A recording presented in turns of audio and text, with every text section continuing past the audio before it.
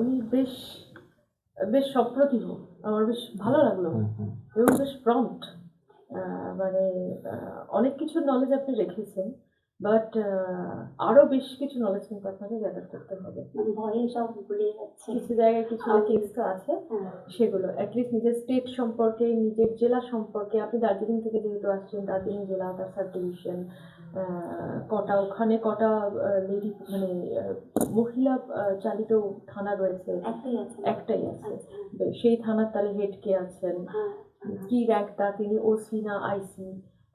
তারপর ওখানে আপনার মানে জেলা খুব সহজ কিছু জিনিস আমি জিজ্ঞাসা করেছিলাম, আমাদের রাজ্য পুলিশের হেডকে কি বলে, আপনি বলেছেন, কিন্তু কলকাতা পুলিশের হেডকে কি বলে সেটা বলা গেল না।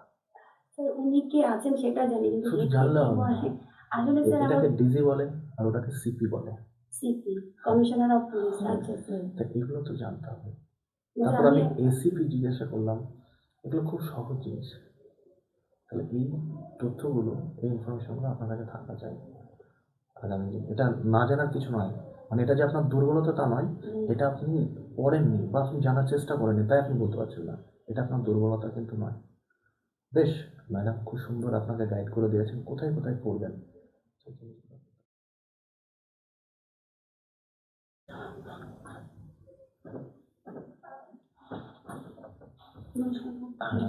বসুন বসুন বসুন বসুন,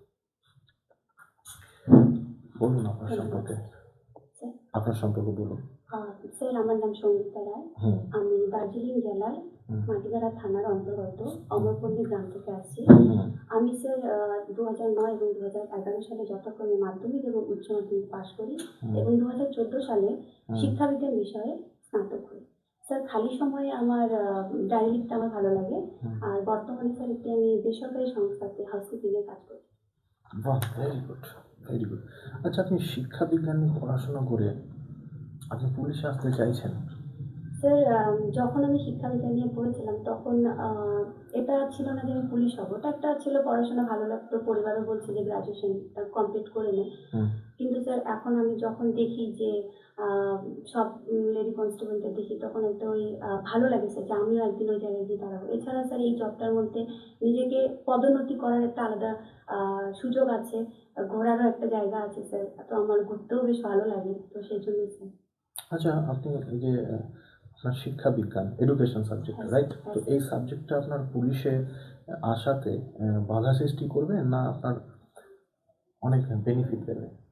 স্যার বাধা তো সৃষ্টি করবে না, একটু মনে করি যে আমার একটু সুবিধেই হবে, কারণ শিক্ষা বিজ্ঞান স্যার যেহেতু শিশু শিক্ষা এসব নিয়ে বিভিন্ন স্কিম নিয়ে আছে, তো আমি মনে করি যে পুলিশের জবটা যদি আমি পেয়ে যাই, তার পাশাপাশি আশেপাশে স্যার আমি নিজের যে আমি যা শিখেছি শিক্ষা বিজ্ঞান বিষয়ে বিভিন্ন শিশুদের নিয়ে শেখাতে পারবো, বা একজন মানুষ হওয়ার জন্য শিক্ষা বিজ্ঞানের মূল বিষয় হচ্ছে স্যার একজন মানুষের যে আধ্যাত্মিক চরিত্র, নৈতিক সবকিছু কিভাবে আমরা পরিপূর্ণ বিকাশ করতে পারি। বিকাশ যে বলছেন কথাটা, বিকাশ আর বৃদ্ধি এর মধ্যে তফাৎ কি আছে? স্যার বিকাশ হচ্ছে আমাদের অন্তর্নিহিত, মানে সেটা নৈতিক হতে পারে, আধ্যাত্মিক হতে পারে, আর বৃদ্ধি স্যার হচ্ছে আমাদের শারীরিক, এই যে আমরা লম্বা হচ্ছি, হাত পা এসবই স্যার, মোটা শরীর পাতলা। ম্যাডাম আচ্ছা, দার্জিলিং জেলা থেকে এসছেন বললেন না? ওখান থেকে এতগুলো একটা বিরাট ব্যাপার, তাই না? আচ্ছা, বলুন তো আমাদের রাজ্যে যিনি এই মোমেন্টে প্রশাসনিক হেড, তার পদটাকে কি বলা হয়? প্রশাসনিক হেড স্যার ম্যাম ডিজিপি বলা হয়। ডিজিপির ফুল ফর্ম কি? Deputy general of police. কে রয়েছেন এই মুহূর্তে? ম্যাম মাননীয় রাজীব মহাশয়, আইপিএস। আচ্ছা,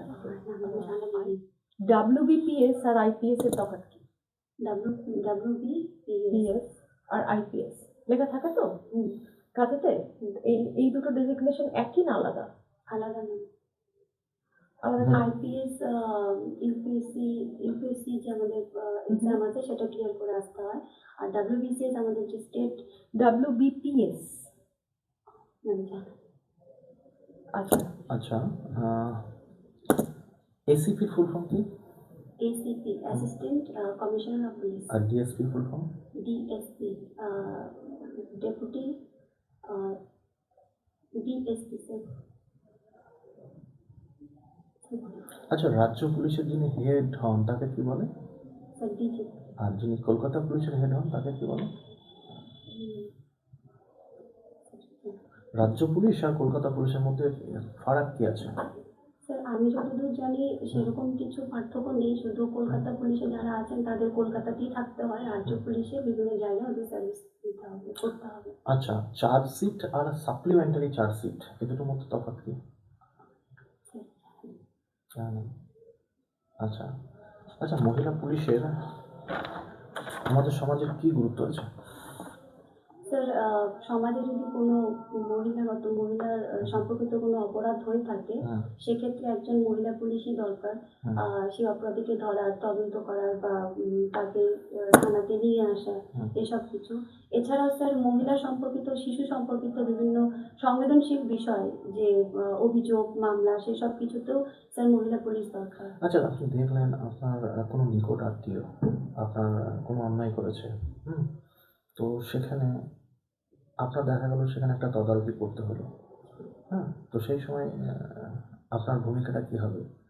তাদেরকে আপনি ছাড় দেবেন, না আপনি কি করবেন? একদমই ছাড় দেবো না স্যার, আমি আইন অনুযায়ী তার জন্য ব্যবস্থা নেব। যদি সে সত্যি অপরাধী হয়ে থাকে, প্রথমত তাকে তদন্ত করতে হবে যে সে সত্যি অপরাধী কিনা। যদি অপরাধী হয়ে থাকে তাহলে স্যার অবশ্যই আইন অনুযায়ী তার ব্যবস্থা হবে, সে যতই আমার নিজের হোক। যতই আপনার নিজের হোক, কিন্তু আপনার তো সে যখন সাজা পাবে, সে যখন কষ্ট পাবে, তখন তো আপনার কষ্ট হবে না? স্যার কষ্ট যদি আমি মানুষ হিসেবে দেখি একটু তো হবে, কিন্তু স্যার অপরাধ তো অপরাধী হয়। হুম। সে যতই নিজে হোক তাকে শাস্তি তো পেতেই হবে স্যার। আচ্ছা, হিউম্যান রাইটসটা কি বলুন তো?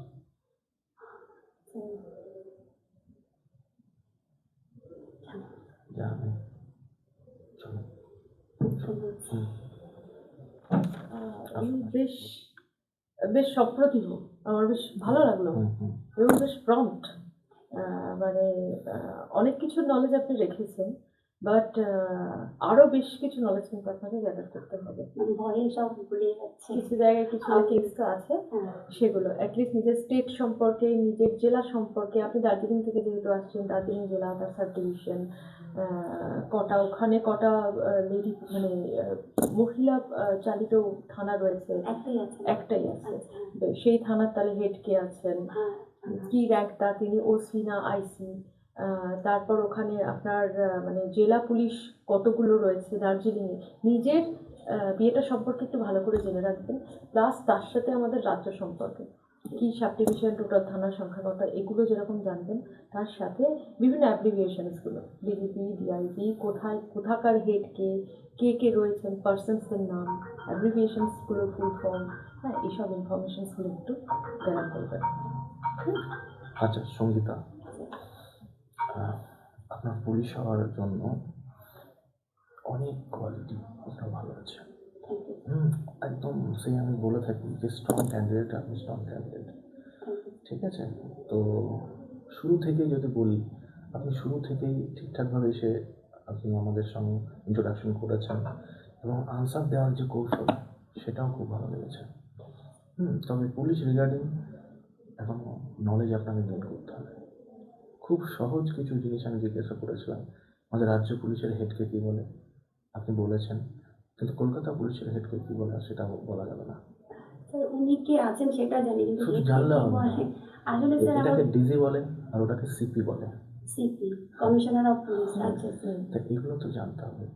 স্যার তারপর আমি আমি এসিপি জিজ্ঞাসা করলাম, এগুলো খুব সহজ জিনিস। তাহলে এই তথ্যগুলো, এই ইনফরমেশনগুলো আপনার কাছে থাকা চাই আগামী দিন। এটা না জানার কিছু নয়, মানে এটা যে আপনার দুর্বলতা তা নয়, এটা আপনি পড়েননি বা আপনি জানার চেষ্টা করেননি তাই আপনি বলতে পারছেন না, এটা আপনার দুর্বলতা কিন্তু নয়। বেশ, ম্যাডাম খুব সুন্দর আপনাকে গাইড করে দিয়েছেন কোথায় কোথায় পড়বেন, সেই জিনিসগুলো আপনি খেয়াল রাখুন। স্যার আমি কিছু বলি? হুম, স্যার আসলে যেসব আমার নলেজে ছিল যে প্রশ্নগুলো থেকে যেসব হবে, তো ওই প্রশ্নগুলো আমি লিখে উত্তর মানে মুখস্থ আছে, হুম, কিন্তু আপনি যে প্রশ্নগুলো করলেন ওই প্রশ্নগুলো আমার মাথায় আসেনি যে এই ধরনের প্রশ্ন হতে পারে, যে ম্যাডাম যে বললেন যে কি করে বুঝবো আমি, হুম। তো সেটা আমি ভাবতে পারিনি যে এরকম। ইন্টারভিউর কোনো নির্দিষ্ট সিলেবাস নাই, কোনো এরিয়া নেই, সুতরাং আমরা যে প্রশ্নগুলো করেছি এগুলো অজানা আপনার থাকার কথাও নয়। বোঝা গেছে? আমরা কোথা থেকে জিজ্ঞেস করবো নিজেরাও জানি না। ঠিক আছে বাবু, সব চলতে হবে। তবে এগুলো বলার কারণ হলো এটাই যে এই ধরনের বা এই ফিল্ড থেকে প্রশ্ন আসতেই পারে, বেশ, তো এইবার আপনাকে সেই অনুযায়ী একটু রেডি হতে হবে। চলো চলো। আর একটু জিজ্ঞাসা করি হ্যাঁ, স্যার, মানে আজকের ভাষাটা স্যার মার্জি, আপনি গতদিন বলছিলেন যে মার্জিত ভাষা আর আসলে অনেক অনেক অনেক, বেটার, অনেক অনেক। বেটার, অনেক স্যার, বেটার। কত নম্বর দিতে পারি? আমার একটু আজকে কম আছে তো ম্যাম। আজকে আমি আপনাকে মোটামুটি ধরুন 9 কাছাকাছি দিয়ে দেবো। নয়। হ্যাঁ, আচ্ছা, দিয়েই দিয়ে। আমার রিটেনে কম আছে, আমার খুব টেনশন হচ্ছে। আজ কয় তারিখ? কনফিডেন্স হারাবেন না। ঠিক আছে, হুম, থ্যাংক ইউ স্যার। হুম। আসছি।